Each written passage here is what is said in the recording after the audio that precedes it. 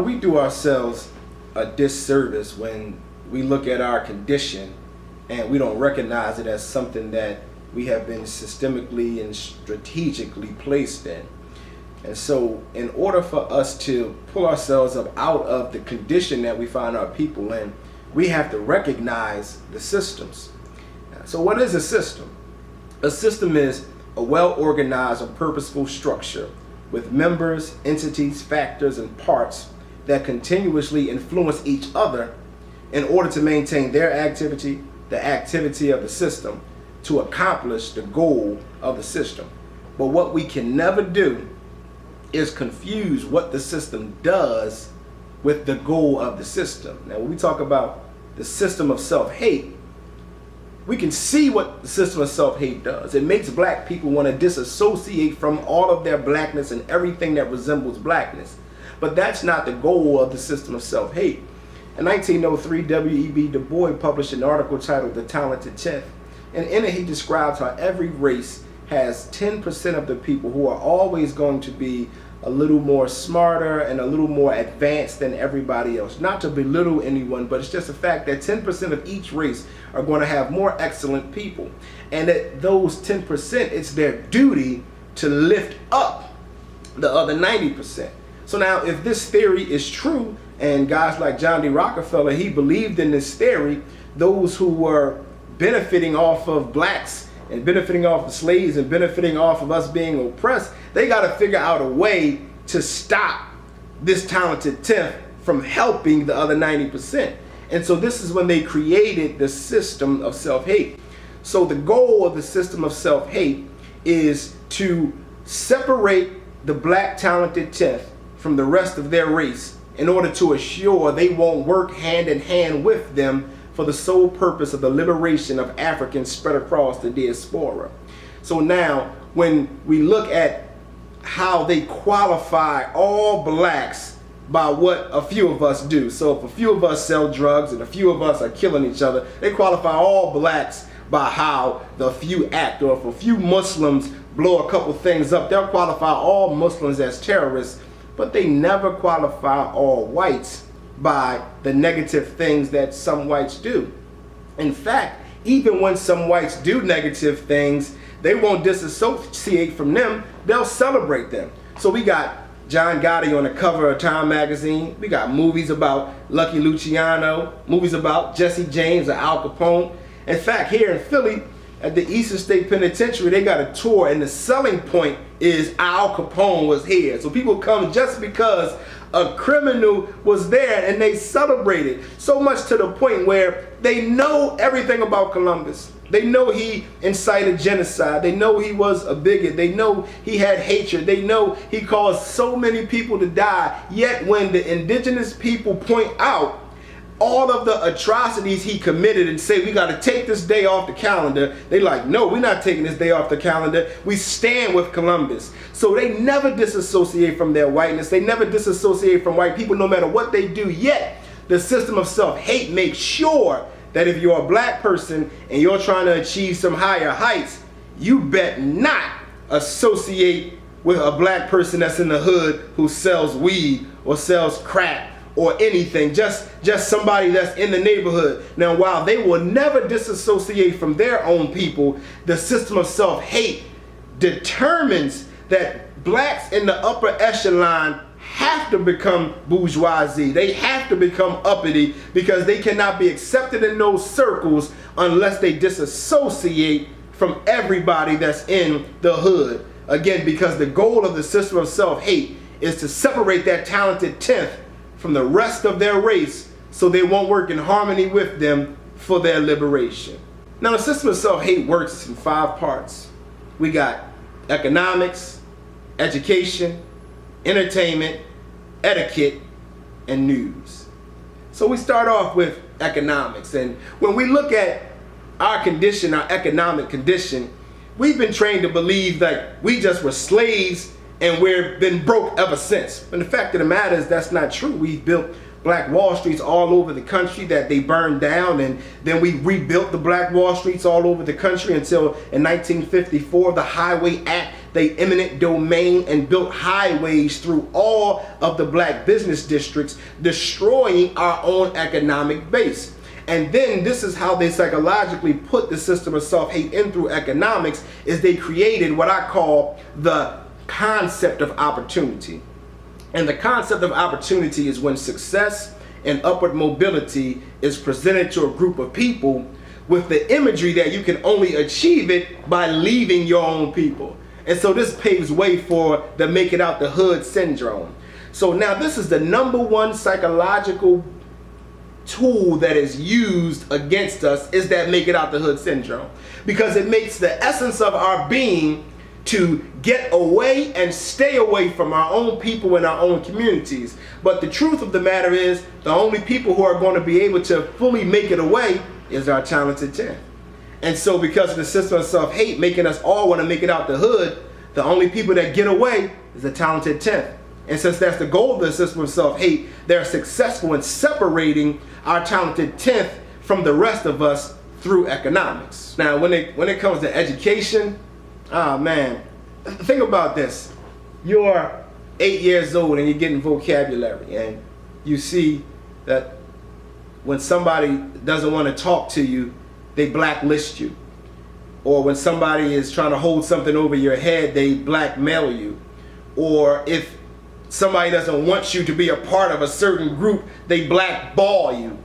Or you read that to blacken means to injure somebody's reputation. What does that do to you psychologically as an 8-year-old child? Automatically it makes you feel like when you add black to something, it's bad. But then what happens when you look at whitewash, which literally means to clear of a charge, or a white collar crime, which is a better crime, or a white lie, which is a better lie.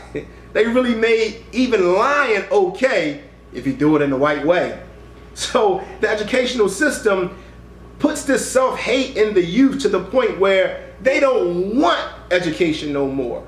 But then our talented 10th, see, the talented 10th are just programmed to learn and programmed to thrive. It's just in their being. So they're going to be educated and they're going to ascend to higher heights. But the kids that read the black stuff and the kids that got the disdain towards education, they don't want to learn. And so they begin to tease and bully the young talented 10th, all because they're smart. And so through education, at the youth level, they begin to separate the young talented 10th from the young 90% through the way the educational system is set up. Now when we deal with entertainment, right now look, we got 4 primetime hits. We got Power, we got Empire, we got Scandal, we got How to Get Away with Murder. 4 shows, not one positive character. Now I can't lie, I like the shows. I like the plots, I like the twists, I like the turns. Especially with Scandal. Scandal is really well written, but look at the imagery in Scandal. A powerful black woman, Olivia Pope, is jumping from white man's bed to white man's bed, one of which is married. And then How to Get Away with Murder, Annalise is sleeping with a married man also.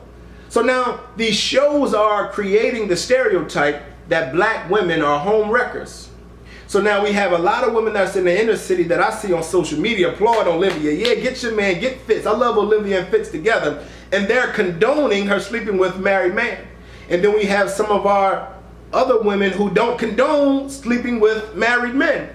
And so now the women who don't want to sleep with married men have to condemn the behavior and the other black women who condone the behavior. And in attempts to find their own self-worth, they have to disassociate themselves with the other black women that the entertainment industry are painting in negative ways. And so our talented 10th, they're not for the images that are being put out there, but then psychologically the inference makes some of us applaud or live out those negative images. And again, our talented 10th separated from the 90% through the imagery that's being used in entertainment.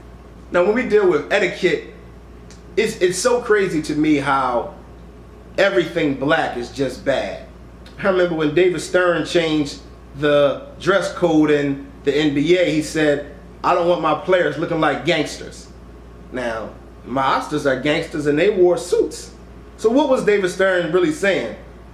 I don't want my players dressing like black people. And then he connected the way inner city black men dressed with being gangster. So now our style becomes wrong.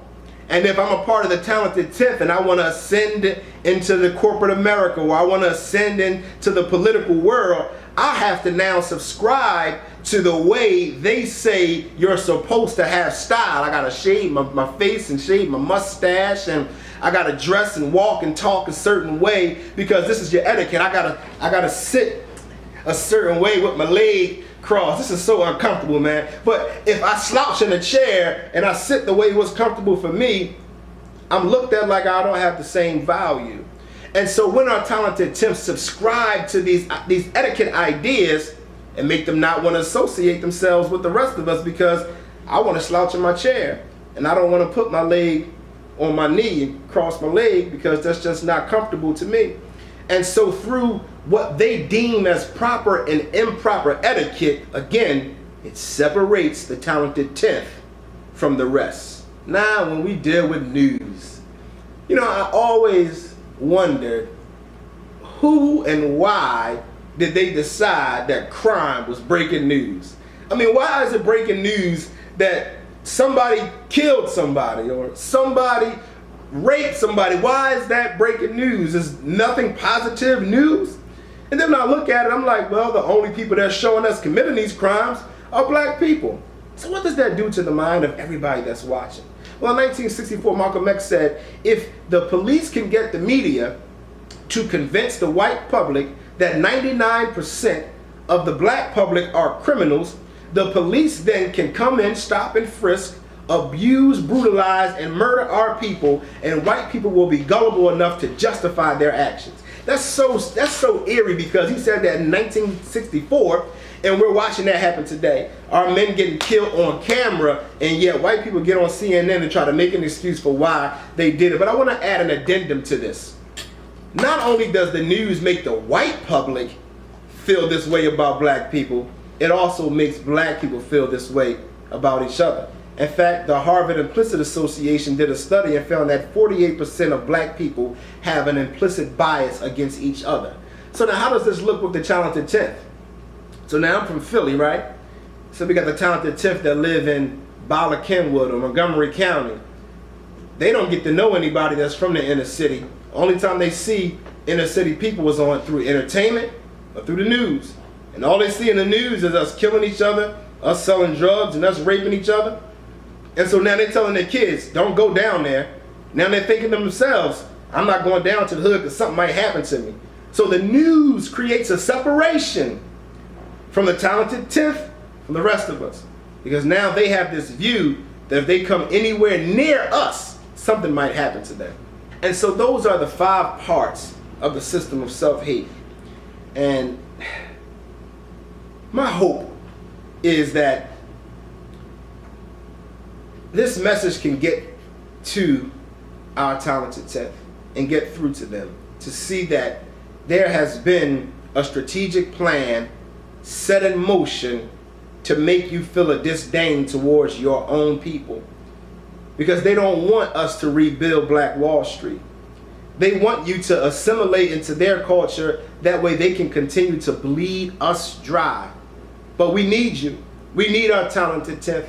We need our brightest. We need our wealthiest people to come back to the neighborhoods and turn them from neighborhoods back into communities. We need our talented 10th to come back with the resources, to come back with the positive examples.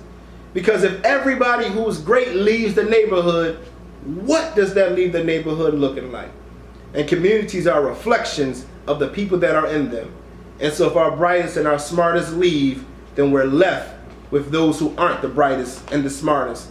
And the neighborhoods just get torn down, all because everybody who has the potential to help is gone. So this is my hope, that the talented 10th will recognize that the system of self-hate made you hate your people so much that you got away from them and are trying your best to fit it into the white world. But we need you to come home, and we need you to build with us. And I need you to take the Black Pledge.